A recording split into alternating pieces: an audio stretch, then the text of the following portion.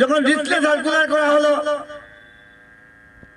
এইরকম সার্কুলার ছিল যে বন্দে মাতরম ধ্বনি দেওয়া যাবে না।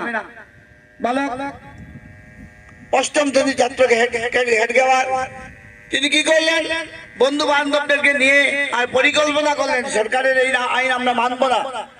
ওই সময় স্কুল পরিদর্শক আসবেন।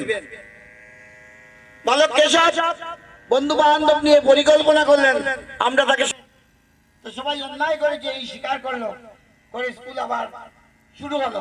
কিন্তু হেড গেওয়ার মোটেই মানলেন না, বললেন না এটা অন্যায় নয়, বন্দে মাতরম ওটার মাকে বন্দনা করি, আমার দেশ মাতৃকাকে বন্দনা করি, এটা আমি অন্যায় করিনি। এই জন্য স্কুল থেকে তাকে বিতাড়িত হতে হলো।